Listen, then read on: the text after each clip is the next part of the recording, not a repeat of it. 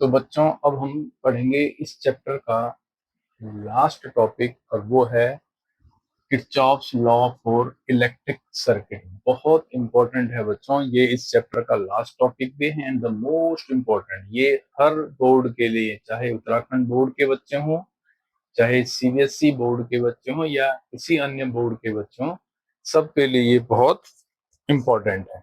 तो किरचॉफ्स के दो लॉ हैं। एक फर्स्ट लॉ है जिसको हम जंक्शन लॉ या संधि का नियम भी कहते हैं। ये लॉ क्या है, इसका डिस्कशन क्या है, इसको हम जानेंगे। तो क्या है बच्चों first law? The algebraic sum of electric current at any junction of electric circuit is equal to 0। मतलब क्या है कि किसी संधि पर मिलने वाली सभी धाराओं का योग शून्य होता है। यानी इस जंक्शन पे जो भी करंट इसकी तरफ आ रहे हों या करंट इससे जा रहे होंगे, इनका जो अलजेब्रिक सम है, बीजगणितीय योग होगा, वो क्या होगा? 0 होगा। और इसको हम लिख सकते हैं sigma I is equal to 0। और इसको it is also known as current law. इसको हम करंट लॉ के नाम से भी जानते हैं या इसको हिंदी में धारा का नियम भी कहते हैं। अब ये जानेंगे कि सिग्मा आई 0 का मतलब क्या हुआ। तो प्रैक्टिकली देखें बच्चों कि जो डायरेक्शन इस जंक्शन की तरफ आ रही होंगी करंट की, उनको हम लेंगे पॉजिटिव, और जो डायरेक्शन करंट की इस जंक्शन से आउटर साइड में होंगी, उनको हम लेंगे नेगेटिव में। तो अभी देखते हैं, जैसे I1 क्या है, जंक्शन की तरफ चल रहा है, तो ये I1 हो गया पॉजिटिव। I2 जंक्शन से बाहर की तरफ आ रहा है, तो I2 हो जाएगा हमारा माइनस का। फिर हम देख रहे हैं I3 जंक्शन की तरफ आ रहा है, तो I3 हो जाएगा प्लस। फिर I4 का है, आउटर डायरेक्शन में है, ये हो जाएगा माइनस। फिर I5 का है, I5 हमारा आ रहा है जंक्शन की तरफ, तो ये हो जाएगा प्लस में। और I6 का है, जंक्शन के बाहर आ रहा है, आउटर साइड में है इसकी डायरेक्शन, I6 और is equal to 0। Sigma I is equal to 0 का मतलब यही है, इस पे करंट्स चाहे जंक्शन की तरफ आ रहे होंगे चाहे जंक्शन से बाहर जा रहे होंगे, इनका जो सम होगा वो क्या होगा? Equal to 0। जंक्शन की तरफ आने वालों को करंट को हम लेंगे पॉजिटिव, और जंक्शन से बाहर जिसकी डायरेक्शन होगी आउटर डायरेक्शन, उसको लेंगे हम माइनस। तो अब हम क्या करते हैं, प्लस वालों को लेफ्ट साइड में रहने देते हैं, I1 plus I3 plus I5, और जो माइनस वाले हैं इनको इधर ले जाएंगे, I2 plus I4 plus I6। इसका यूज क्या होता है बच्चों कि हमारे पास जैसे ये है, इसमें 5 करंट की वैल्यूज दे रखी होंगी और आपको 6th वाली निकालनी है। तो 5 जब आपको गिवन होगी, ऐसे डायरेक्शंस को लगाकर इनवर्ड डायरेक्शन जो अंदर की तरफ उनको पॉजिटिव मिलेंगे, आउटर वालों को माइनस मिलेंगे, और फिर जो एक अननोन करंट की वैल्यू उसको हम निकाल सकते हैं। तो ये हमारा किरचॉफ्स का फर्स्ट रूल है, दैट इज वेरी इंपॉर्टेंट। उसके बाद बच्चों, हाँ, इसमें ये एक इंपॉर्टेंट चीज है, it supports law of conservation of charge, यानी ये आवेश संरक्षण सिद्धांत को सपोर्ट करता है। तो कई बार एक नंबर में ऐसे क्वेश्चन पूछ लिए जाते हैं, which Kirchhoff's law supports law of conservation of charge, तो आपका डायरेक्ट आंसर हो जाएगा किरचॉफ्स फर्स्ट लॉ। और कई बार ये पूछ लेगा, which law of Kirchhoff is known as current law, तो करंट लॉ भी किसको कहते हैं? फर्स्ट को। Which law is known as junction law, Kirchhoff's first law. अब आएंगे बच्चों हम सेकंड लॉ पे, which is again most important for numericals. तो किरचॉफ सेकंड लॉ, इसको हम वोल्टेज रूल या वोल्ट का नियम से भी जानते हैं। तो अब देखेंगे कि what is this law. In any closed mass of electric circuit, the algebraic sum of EMFs of cell and product of current and resistance is always equal to 0. It is also known as loop rule, या इसको हम short में KVL, Kirchhoff's voltage law भी कहते हैं। और sigma E plus sigma I R is equal to 0। इसका मतलब ये हुआ बच्चों, अगर किसी हम क्लोज्ड सर्किट को लेते हैं, तो क्लोज सर्किट में जो ईएमएफ आ रहे होंगे, ईएमएफ उसका एल्जेब्रिक सम प्लस उसमें जो भी करंट और रेजिस्टेंस आ रहे होंगे उनके प्रोडक्ट का सम इज इक्वल टू 0। इसको हम इस सर्किट से समझेंगे। सर्किट है हमारे पास A B C D E F, ये कोई सर्किट है और ये दो हिस्सों में बटा है। एक क्लोज्ड लूप ये वाली है और एक क्लोज्ड लूप दो वाली। तो हम पहले लेंगे क्लोज्ड लूप कौन सा, यहां से चलेंगे, ऐसे चल रहे हैं, ये दिखाया कि हमने ऐसे चलना है। तो ए डी सी बी ए पे तो हम लिखेंगे closed loop, closed loop A D C B A, मतलब close loop A D C B A पे हम इस केवीएल यानी किरचॉफ्स वोल्टेज लॉ को हम कैसे अप्लाई करेंगे। तो बच्चों ध्यान रखना है, यहां से देखो पॉजिटिव से करंट आया यहाँ पे करंट क्या है हमारे पास, यहां से देखो। अब ये ध्यान रखना है बच्चों, अगर हमारी डायरेक्शन और करंट की डायरेक्शन सेम होगी तो हम पॉजिटिव लेंगे करंट और रेजिस्टेंस के प्रोडक्ट को, और अगर हमारी डायरेक्शन और करंट और रेजिस्टेंस की डायरेक्शन अपोजिट होगी तो हम उसको माइनस में लेंगे। और हमारे चलने की डायरेक्शन में अगर ईएमएफ पॉजिटिव वाला यानी पॉजिटिव टर्मिनल आएगा तो ईएमएफ को हम पॉजिटिव वाला लेंगे, और अगर हमारी डायरेक्शन में माइनस टर्मिनल आएगा तो उसकी वैल्यू हम माइनस लेंगे। यही रूल इसमें हम फॉलो करेंगे। तो इस लूप में हम क्या करेंगे, हम इधर से चल रहे हैं ए डी सी पे चल रहे हैं, ए और डी में तो कुछ नहीं है, सी पे जैसे ही हम डी से इधर की तरफ चलते हैं तो हमें मिलता है ईएमएफ और इसका टर्मिनल क्या है पॉजिटिव, तो हम यहाँ पे लिख लेंगे E2, ये प्लस का हम लिख लेंगे। अब यहाँ पे हम इधर को चल रहे हैं लेकिन करंट की डायरेक्शन बच्चों अपोजिट है, तो हम इसको लेंगे माइनस I2 R2, यानी करंट हम इधर को चल रहे हैं, हमारा लूप ये चल रहा है और करंट इधर आ रहा है तो अपोजिट हो गए, तो ये हम माइनस लेंगे। फिर हम इधर से यहाँ पे चले सी से बी, यहाँ पे कोई रेजिस्टेंस ईएमएफ नहीं है। बी से ए की तरफ आते हुए, तो बी से ए पे आए, हमारी डायरेक्शन इधर को है, करंट की डायरेक्शन इधर है, तो ये लेंगे हम प्लस, तो ये हो जाएगा I1 R1, और हमारे चलने में ईएमएफ का हमें कौन सा टर्मिनल मिल रहा है माइनस, तो ये हो जाएगा minus E1 is equal to 0। इसको बच्चों आप दूसरी डायरेक्शन इधर से भी चलेंगे तो इसी रूल को फॉलो करते हुए आप इसको कर सकते हैं।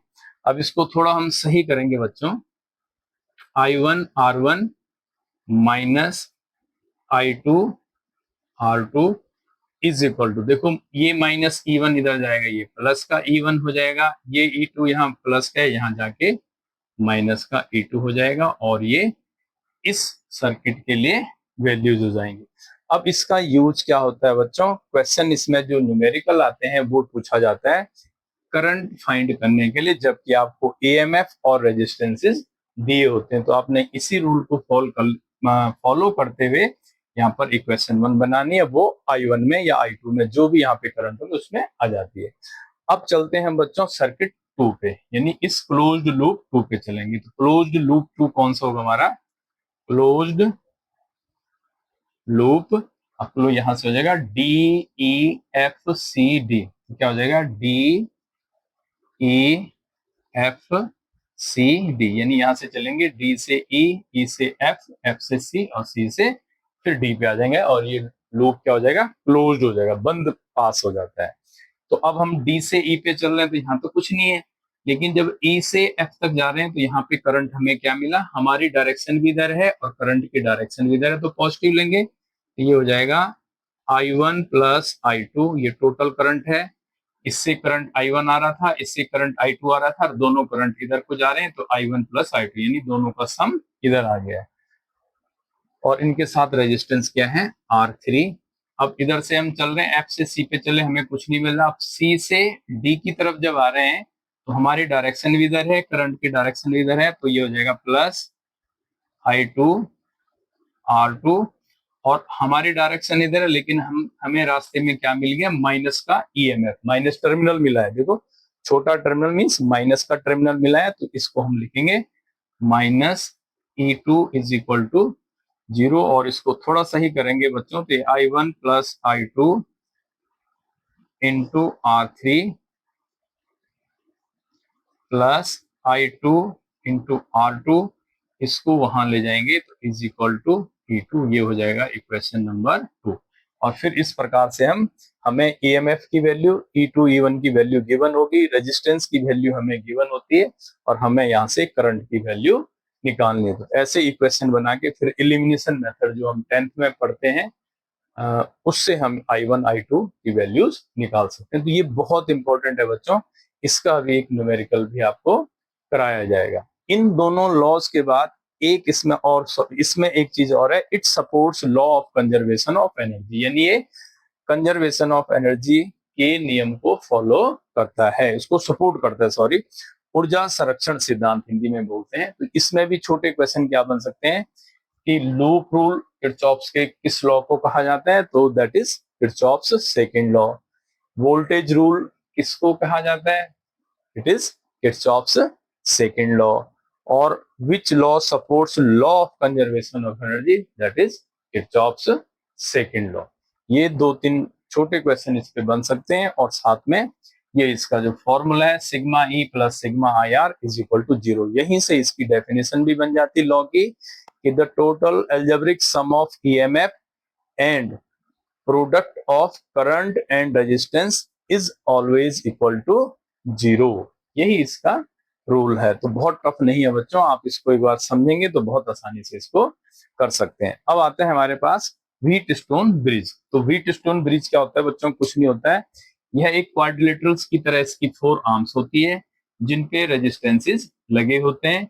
इसको हम एक्सटर्नल ईएमएफ से और एक की सहायता से ऐड कर देते हैं, जोड़ देते हैं और इस पे करंट यहाँ से पॉजिटिव टर्मिनल से आता है। यहाँ पे करंट इस आर्म में I1 आएगा, इस आर्म में भी I1 करंट ही रहेगा, इस आर्म में I2 करंट जाएगा, यहाँ से भी I2 करंट जाएगा, फिर ये इकट्ठा होकर यहाँ पे करंट I वापस इस सर्किट में नेगेटिव टर्मिनल के लिए आ जाता है। तो व्हीट स्टोन में एक दो चीजें जानने लायक हैं। पहले जान लेते हैं कि व्हीट स्टोन ब्रिज क्या है। It is an arrangement of 4 resistances connected to form arms of quadrilateral ABCD. A battery and key with galvanometer is connected as shown in the diagram. अब इसमें बच्चों जो क्वेश्चन आता है, क्वेश्चन बनता है कि व्हीट स्टोन ब्रिज की बैलेंस की कंडीशन को बताइए। What is the condition of balanced Wheatstone. तो bridge is said to be balanced, इसको बैलेंस्ड हम कब कहेंगे, when VB is equal to VD, यानी यहाँ की वोल्टेज और यहाँ की वोल्टेज क्या हो, सेम हो। और दूसरा इंपॉर्टेंट पॉइंट है, ये ज्यादा इंपॉर्टेंट है कि no current flow in galvanometer. यदि इस वाले आर्म में गैल्वेनोमीटर में कोई करंट फ्लो नहीं करता है तो तब हम इसको बैलेंस्ड कंडीशन में कह सकते हैं। और इसकी बैलेंस्ड कंडीशन क्या होगी अब हम उसको देखते हैं। तो मैं इसको डिलीट कर रहा हूं, आप चाहें तो स्क्रीनशॉट ले सकते हैं इसका।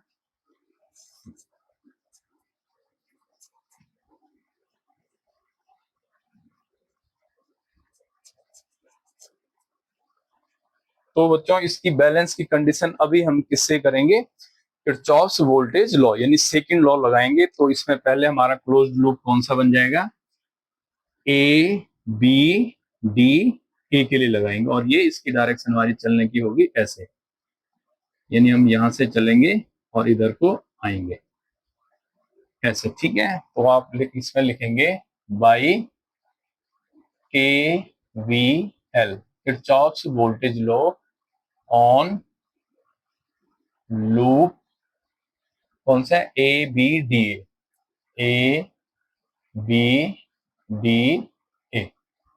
यानी इस लूप पे लिख ABDA। या ये याद रखना है बच्चों, अगर हमारी डायरेक्शन और करंट की डायरेक्शन सेम है तो पॉजिटिव और अगर अपोजिट है तो नेगेटिव लेना। तो अभी हम यहाँ से चल रहे हैं A से B की तरफ, तो करंट की डायरेक्शन भी यही है, तो ये हो जाएगा हमारे पास I1। अब यहाँ पे रेजिस्टेंस क्या ले रखा हमने, P। फिर इधर से इधर आएंगे, यहाँ पे कोई डिफ्लेक्शन नहीं है, कोई करंट नहीं है, तो इसको हम छोड़ देंगे। फिर आएंगे D से A की तरफ। अब हम आ रहे हैं इधर को और करंट की डायरेक्शन हमारी अपोजिट डायरेक्शन में है, इसको हम माइनस में लेंगे, माइनस I2 इंटू R और इज इक्वल टू 0, क्योंकि इसमें कोई ईएमएफ नहीं है इसमें, तो हम इसको इज इक्वल टू 0 लिख देंगे। तो ये कितना आ जाएगा बच्चों, I1P is equal to I2 into R और इसको हम लिख देंगे इक्वेशन नंबर 1। सिमिलरली इसी प्रकार हम क्या करेंगे बच्चों, इस लूप के लिए बी सी डी और बी, इस लूप के लिए ऐसे चलेंगे हम, तो फिर लिखेंगे हम बाई यूजिंग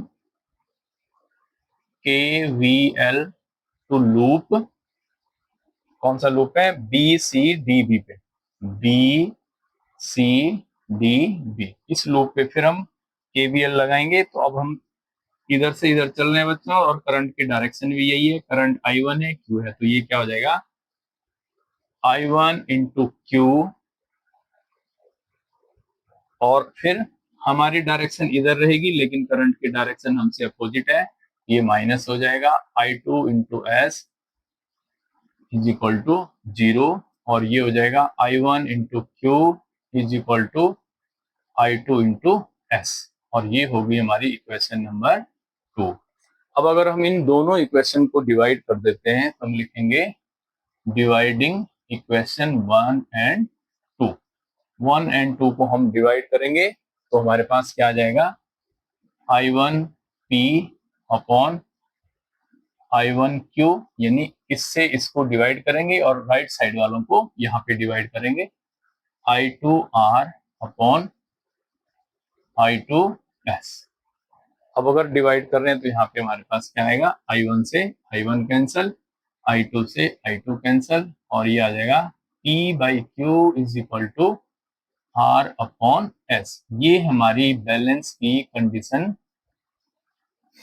आ जाती है। तो ये आपसे पूछा जाता है what is the condition of balanced condition of Wheatstone bridge. उसकी बैलेंस की कंडीशन यही होती है, P by Q is equal to R by S if 4 arms of a quadrilateral are connected as shown in the diagram. तो P upon Q is equal to R upon S।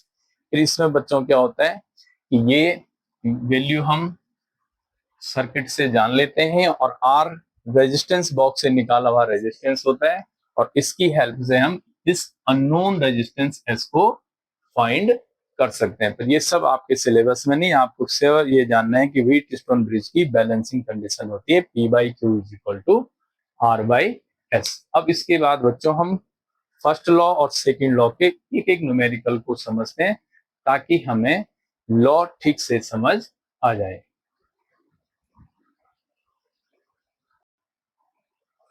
तो बच्चों Kirchhoff's first और second law, उनको अच्छे से पढ़ने के बाद अब हम उनको अप्लाई करेंगे, यानी उनके न्यूमेरिकल्स को जानेंगे। तो यहाँ पे एक क्वेश्चन है, find current I from the figure. ये डायग्राम समय बचाने के लिए पहले ही यहाँ पे बना दिया गया है। तो ये जो हमने फर्स्ट लॉ पढ़ा था जंक्शन लॉ, ये फर्स्ट लॉ ऑफ किरचॉफ्स जो हमने पढ़ा था उस पे आधारित ये न्यूमेरिकल है। तो इसमें सब कुछ चीजें आ जाएंगी। अगर हमारे पास बच्चों केवल यही जंक्शन होता, यानी P जंक्शन होता, तो हमें पूछा जाता find the value of I1 from the given junction, ठीक है। लेकिन इसमें एक Q जंक्शन और है, अगर ये QE जंक्शन होता है तो इसकी वैल्यू गिवन होती है, हमें I2 पूछा जाता, और अगर R ही जंक्शन होता है तो हमें केवल I पूछा जाता। तो हमने क्या करना है, पहले P जंक्शन के लिए I1 की वैल्यू निकाल देंगे, I1 की वैल्यू जब निकल जाएगी तो Q जंक्शन के लिए हम I2 की वैल्यू निकाल देंगे, I2 की वैल्यू जब निकल जाएगी तो इस जंक्शन R के लिए फिर हम I की वैल्यू निकालेंगे। तो देखते हैं ये क्वेश्चन कैसे होता है। तो एट P जंक्शन पे हमारा क्या हो जाएगा, वही हम लगाएंगे एल्जेब्रिक सम ऑफ करंट्स। तो जिनकी डायरेक्शन अंदर की ओर इनको हम प्लस लेंगे, तो ये पहले ये है 2 एम्पियर प्लस में है, अंदर की जंक्शन की तरफ है, पॉजिटिव लेंगे। फिर दूसरा 2 एम्पियर, ये भी इसकी डायरेक्शन भी जंक्शन की तरफ है, पॉजिटिव लेंगे, लेकिन 1 एम्पियर की डायरेक्शन कहाँ है, बाहर है, तो इसको हम -1A लेंगे, और I1 की डायरेक्शन भी जंक्शन से बाहर है, तो -I1 भी माइनस का लेंगे, और इज इक्वल टू क्या हो जाएगा, 0 हो जाएगा। अब ये बाकी जो है इनको तो हम ऐड सब्ट्रैक्ट कर देंगे, तो ये हो जाएगा आपके पास 2 एम्पियर प्लस 2 एम्पियर 4 एम्पियर, और 4 एम्पियर में से 1 एम्पियर हम लेस करेंगे, तो ये कितना आ जाएगा बच्चों, 3 एम्पियर। या 2 एम्पियर में से 1 एम्पियर लेस करेंगे, 1 एम्पियर, 2 + 1 हो गया 3 एम्पियर। बहुत सिंपल है, -I1 इज इक्वल टू 0। अब हम I1 को इधर ले जाएंगे या इसको एक्सचेंज कर देंगे, तो ये हो जाएगा I1 is equal to 3 ampere. यानी अगर हमसे केवल यही एक जंक्शन होता और P पे पूछा जाता कि I1 की वैल्यू, तो I1 कितना आ गया हमारा 3 एम्पियर। तो इसकी जगह अब हम क्या लिख देंगे 3 एम्पियर, और ये किस में आ गया है पॉजिटिव में आ गया। इस I1 को हम इधर ले जाएंगे तो प्लस का हो जाएगा। अब बात करते हैं हम at junction Q, at Q। अब Q पर क्या करेंगे हम, इन तीनों करंट्स को लेंगे, इसकी डायरेक्शन भी जंक्शन की तरफ है, यानी I1 है और I1 की जगह कितना आ गया था 3 एम्पियर, तो जंक्शन की तरफ जा रहा है प्लस ले लेंगे। 1 एम्पियर क्या है जंक्शन से बाहर जा रहा है तो -1 एम्पियर ले लेंगे, और I2 भी जंक्शन से बाहर जा रहा है आउटसाइड डायरेक्शन, तो इसको भी माइनस में लेंगे और इज इक्वल टू 0, यानी अलजेब्रिक सम क्या हो गया 0 हो गया। 3 एम्पियर में से 1 एम्पियर हम माइनस करेंगे तो 2 एम्पियर आ जाएगा, -I2 इज इक्वल टू 0।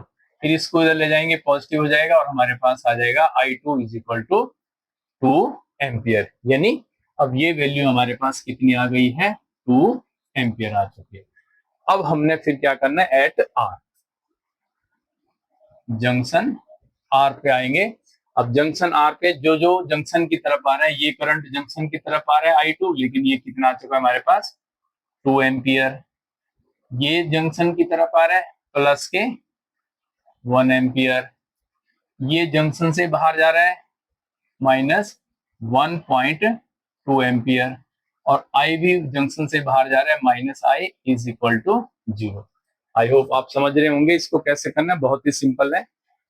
2 + 1 कितना हो जाएगा 3 ampere, -1.2 ampere -I is equal to 0।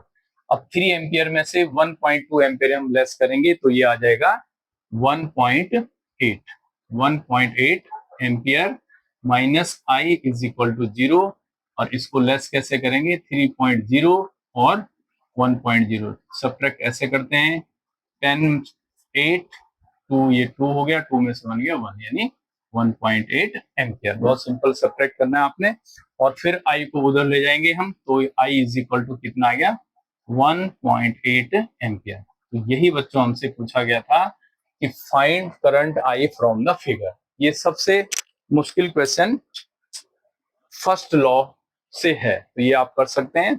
सामान्यतः कई बार केवल इतने से ही क्वेश्चन पूछा जाता है, लेकिन क्वेश्चन कैसा भी हो आप बहुत आसानी से इसको कर सकते हैं। अब जानेंगे बच्चों हम किरचॉफ्स सेकंड लॉ की एक एप्लीकेशन। कंटिन्यू है, find the value of I1 and I2 from the circuit. ये थोड़ा टिपिकल क्वेश्चंस होते हैं, लेकिन जो अभी सेकंड लॉ आपको समझाया था अगर वो आपकी समझ में आ गया होगा तो इस प्रकार के न्यूमेरिकल बहुत आसान होते हैं। तो इसमें फिर हम 2 लूप बना लेंगे। एक लूप हम इसको ले लेते हैं दिस वन, और एक लूप हम ले लेंगे इसको। ये 2 लूप हैं इसमें 1 और 2, और इसमें हम देख रहे हैं कि क्योंकि ये हमारा EMF है जो 5 वोल्ट का, यहाँ से करंट ड्रॉ होना शुरू होगा, तो ये करंट जब यहाँ से ड्रॉ होगा वो I होगा, और लेकिन यहाँ के बाद ये I1 इस ब्रांच में आ गया और I2 करंट इस ब्रांच में हो गया है, और फिर रिवर्स होके ये दोनों यहाँ पे फिर I बन जाएंगे और यहाँ पे ये I करंट आने लगेगा। तो सबसे पहले हम क्या लिख देते हैं कि I इज इक्वल टू क्या होगा I1 + I2, यानी कि जो करंट I होगा वो इन दोनों का सम होगा, क्योंकि I करंट ही इसमें भी गया है और इसमें भी गया है, उसको हमने अलग अलग नाम दे दिया है। तो अब हम बच्चों ये करेंगे कि हम पहले लेंगे इस वाले लूप को, इस क्लोज्ड लूप को। इस क्लोज्ड लूप को हम लेंगे तो इसमें हम क्या करेंगे, हमारी चलने की डायरेक्शन भी यही है और करंट भी इस ब्रांच में इसी डायरेक्शन में, तो इसको हम क्या लिख सकते हैं 6I2 हम लिख देंगे, यानी करंट I2 × 6, या ज्यादा बेटर है हम लिखें इसको 6I2। फिर हम यहाँ पे आ रहे हैं, यहाँ कोई रेजिस्टेंस है, यहाँ आते हैं, अब हम इधर को आ रहे हैं, लेकिन करंट की डायरेक्शन हमारे चलने की डायरेक्शन की क्या है अपोजिट है, तो ये माइनस में हो जाएगा -2I1, और इसमें कोई EMF नहीं लगा है तो इज इक्वल टू क्या हो जाएगा बच्चों 0। और इसको थोड़ा और मैथमेटिकली ठीक करेंगे हम, तो 2 दोनों में कॉमन है, 2 3 जा 6 हो गया, 3I2 - I1 is equal to 0, या इंप्लाइज यहां से हम करेंगे I1 को इधर ले जाएंगे तो पॉजिटिव हो जाएगा, I1 is equal to 3I2। ये इक्वेशन 2 होगी, यानी I1 की वैल्यू हमारे पास क्या आ गई है 3I2।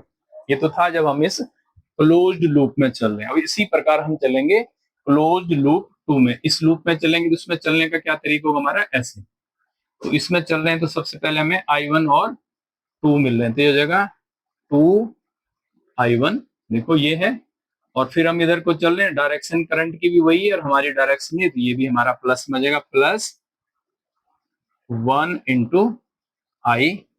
अब हम यहाँ आ रहे हैं तो हमारे पास जो हमें मिला है नेगेटिव टर्मिनल मिला है ईएमएफ का, तो हम यहाँ पे माइनस ही लिखेंगे और हमारा ईएमएफ यहाँ पे कितना है 5 is equal to 0। I hope आप इसको समझ गए होंगे। ऐसे ही पीछे हमने सेकंड लॉ के लूप रूल में या किरचॉफ्स वोल्टेज लॉ में भी बताया था। अब इसको थोड़ा सा हम और ठीक करेंगे तो ये जाएगा 2I1 plus I mine is equal to 5। इसको हम वहां ले जाएंगे, 5 हो जाएगा। और I हमारा क्या है I1 प्लस I2, तो इसको हम लिख सकते हैं 2I1 plus I1 plus I2 is equal to 5। I की जगह हम I1 प्लस I2 लिख सकते हैं। और I1 की जगह हम यहां से फ्रॉम 2I1 और I1 ये ऐड होके हो जाएंगे 3I1 plus I2 is equal to 5। और I1 की वैल्यू हम कहाँ रखेंगे, फ्रॉम इक्वेशन 2। इक्वेशन 2 से हम I1 को क्या रखेंगे, I1 हमारा क्या है 3I2, तो I1 की जगह हम लिख देंगे 3I2 plus I2 is equal to 5। और 3 3 जो हो गए 9, ये हो जाएगा 9I2 plus I2 is equal to 5। 9I2 और I2 हमारे पास कितने हो गए, 10I2 इज इक्वल टू 5। और I2 यहां से आ गया 5/10 हो गया, और 5/10 का मतलब हो गया है 1/2, और यही हो गया 0.5। यानी हम लिख सकते हैं जो I2 ब्रांच में करंट होगा वो होगा 0.5 एम्पियर। अब तो बहुत सिंपल हो गया है, I2 की वैल्यू हमें यहां से मिल गई है। अब I1 को हम कहां से निकालेंगे, from equation 2। Equation 2 implies, equation 2 पे चलेंगे बच्चों। हम इक्वेशन 2 है हमारी I1 is equal to 3I2, I2 का मतलब 0.5, और ये I1 इज इक्वल टू 3 5 जा 15 और एक के बाद डेसिमल 1.5 एम्पियर। तो I1 हमारा करंट कितना हो जाएगा 1.5 एम्पियर। अब सिंपल है, I निकालने हमने फ्रॉम इक्वेशन 1। इक्वेशन 1 से हम करेंगे I is equal to I1 plus I2, और I1 प्लस I2 का मतलब हो जाएगा I1 हमारा कितना है बच्चों 1.5 एम्पियर प्लस I2 शायद यहाँ पे लिखा था 0.5 एम्पियर। इन दोनों को अगर हम ऐड करते हैं तो ये कितना आ गया 2 एम्पियर। तो I is equal to 2 ampere, जो कि मैथमेटिकली भी बिल्कुल सही है। तो इस प्रकार से बच्चों किरचॉफ वोल्टेज लॉ लगाकर ये न्यूमेरिकल सॉल्व कर सकते हैं। तो यही हमसे पूछा हुआ था I1 एंड I2। तो I हमारा आ गया 2 एम्पियर, I1 आ गया 1.5 एम्पियर, I2 आ गया हमारा 0.5 एम्पियर। तो इस प्रकार से हम न्यूमेरिकल को सॉल्व कर सकते हैं। आई होप बच्चों आपको ये पूरा लेसन समझ में आया होगा। यदि आप 2 या 3 बार इस वीडियो को देखेंगे तो आपको ये पूरा चैप्टर समझ में आ जाएगा। चाहे आप उत्तराखंड बोर्ड में स्टडी कर रहे हो, चाहे आप सीबीएसई बोर्ड में स्टडी कर रहे हो, ये चैप्टर आपको बहुत हेल्पफुल करेगा। यदि आपको ये चैप्टर समझ में आया होगा तो आप मेरे चैनल को जरूर लाइक, कमेंट और सब्सक्राइब करेंगे, ताकि मैं आगे भी ऐसी वीडियो बनाता रहूं। Thank you and have a nice day.